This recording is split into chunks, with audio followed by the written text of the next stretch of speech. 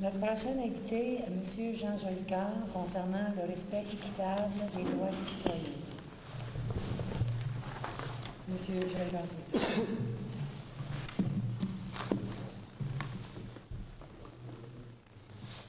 Madame le maire,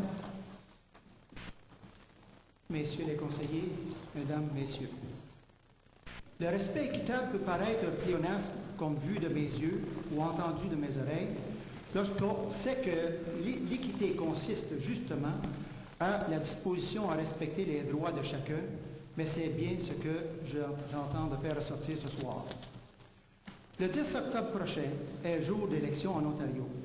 Et pour l'occasion, une drôle de coïncidence, Élection Ontario a décidé d'avoir comme slogan « Voter, ça compte tous les jours ».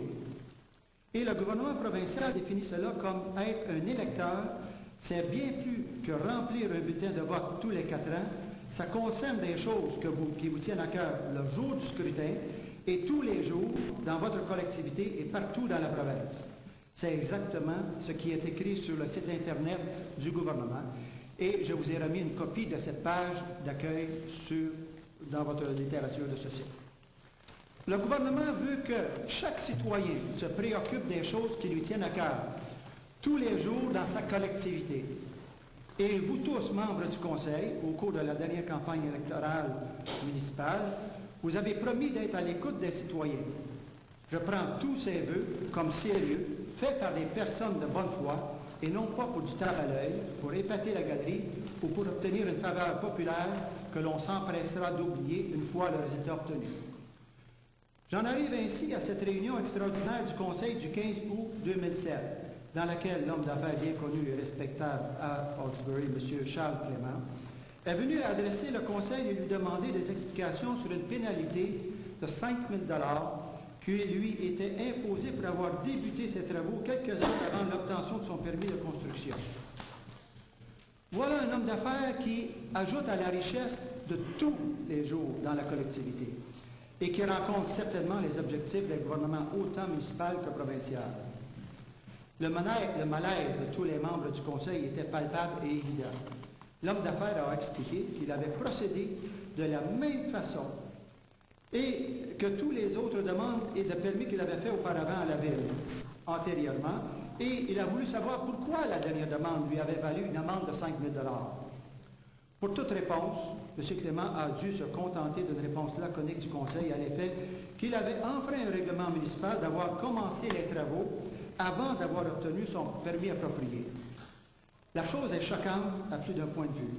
Certes, le Conseil ne peut pas approuver une situation dont les règlements municipaux ne sont pas respectés et ne peut pas aller à l'encontre d'une mesure d'un employé municipal qui tient à faire respecter les règlements de la ville.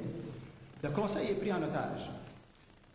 Et il est pris dans un piège de devoir respecter une infraction à un règlement municipal au risque de voir les employés lui reprocher de ne plus respecter les règlements. Le Conseil ne pouvait donc pas faire autrement que de voter unanimement pour le respect de l'ordre. Mais il n'a pas répondu non plus à la question de l'homme d'affaires qui insistait pour qu'on lui dise qu'est-ce qu'il avait fait différent des fois précédentes. Et c'est là que le bas blesse et que la situation demande éclaircissement. Est-ce que les employés de la ville ont décidé que maintenant c'était tolérance zéro? Alors pourquoi ne pas avoir avisé l'entrepreneur qu'à l'avenir, les règlements seraient respectés avec rigueur avant de lui imposer 5 000 $ d'amende? Après tout, les employés seront les premiers bénéficiaires de leur contribution à la bonne harmonie avec les citoyens et les élus, à la participation au positivisme et au développement du potentiel de la ville. M. Clément a textuellement informé le Conseil que plusieurs municipalités adjacentes lui offraient des terrains et l'invitait à venir chez eux. L'homme d'affaires, qui est déjà présent à Hawkesbury, mérite le respect et ne doit pas être considéré comme une ressource acquise que l'on peut se permettre de mépriser parce qu'il a pignon sur rue. Le citoyen ne doit pas être victime de l'arbitraire et du cas par cas au gré de l'humeur de l'employé municipal.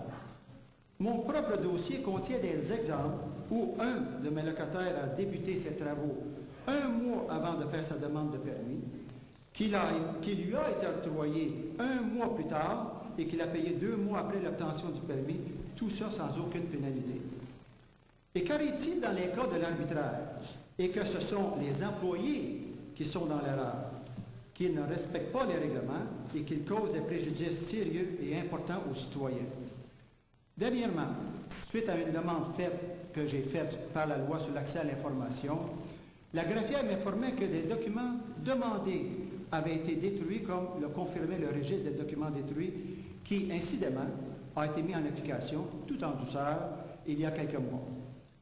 On se souviendra que c'est une demande que j'avais faite au Conseil le 28 novembre 2005 de respecter le règlement numéro 2288, adopté le 9 février 88, de maintenir le registre des documents détruits. Voilà un exemple où la Ville a été délinquante pendant plus de 19 ans et pendant plusieurs années, alors qu'elle était sous la gestion de professionnels avisés. Madame le maire, mais vous devez quand même convenir avec moi que ce règlement n'a pas été respecté pendant 19 ans. Avec pleine et entière impunité pour tous les employés concernés.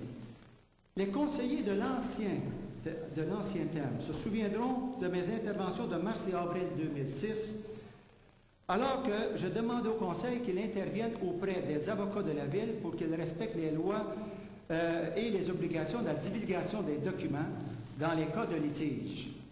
Le Conseil d'alors, en complicité avec les avocats, payés par les taxes des citoyens, ont refusé de respecter les lois et les règlements et les demandes de citoyens. Après de nombreuses représentations et plaintes au barreau du Haut-Canada, c'est le 9 septembre 2007, donc tout dernièrement, que la greffière de la Ville, Mme Christine Groux, a assermenté Mme Manon Robert-Bellil, qui a fait serment d'avoir dévoilé tous les documents pertinents à notre dossier, ce qui, légalement, aurait dû être fait en novembre 1996. Encore une fois, c'est après 11 années de délinquance que les employés et les avocats de la Ville ont assermenté l'affidavit de documents de la Ville, qui est pourtant une obligation requise par la loi.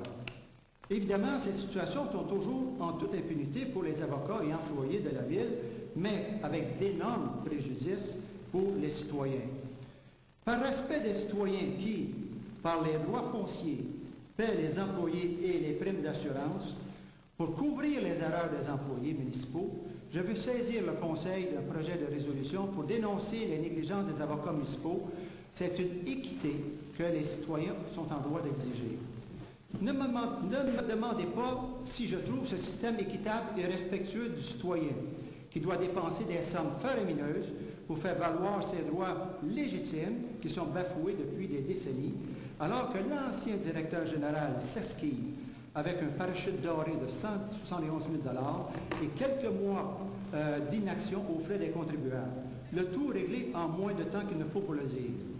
Et pourtant, c'est le même directeur dont la gestion a fait doubler la dette de la Ville en 6 ans et qui a su imposer aux contribuables plus de 40 000 $ pour un mois de frais d'avocat pour un dossier dont il était le bénéficiaire et qui a mis en risque les citoyens pour des centaines de milliers de dollars. Avant de telles injustices, un certain nombre de contribuables ont décidé de se regrouper et annonceront bientôt le lancement de leur association afin de mieux faire valoir et défendre leurs droits et leurs intérêts.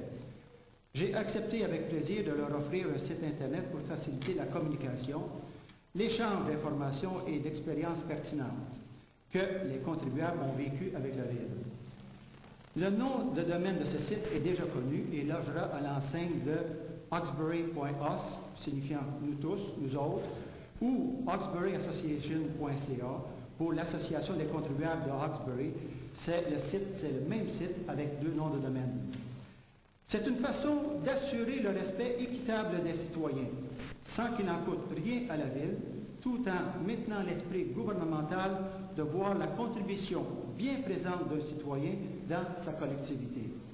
En terminant, j'aimerais que le Conseil porte une attention toute spéciale au mandat, à la vision et à la mission que le département des services techniques a élaboré sur le site Internet de la Ville, car il est évident que plusieurs des allégués ainsi que la devise de ce département est loin de concorde et de correspondre avec la réalité. Merci, Madame. Merci, Monsieur le Président. Merci beaucoup.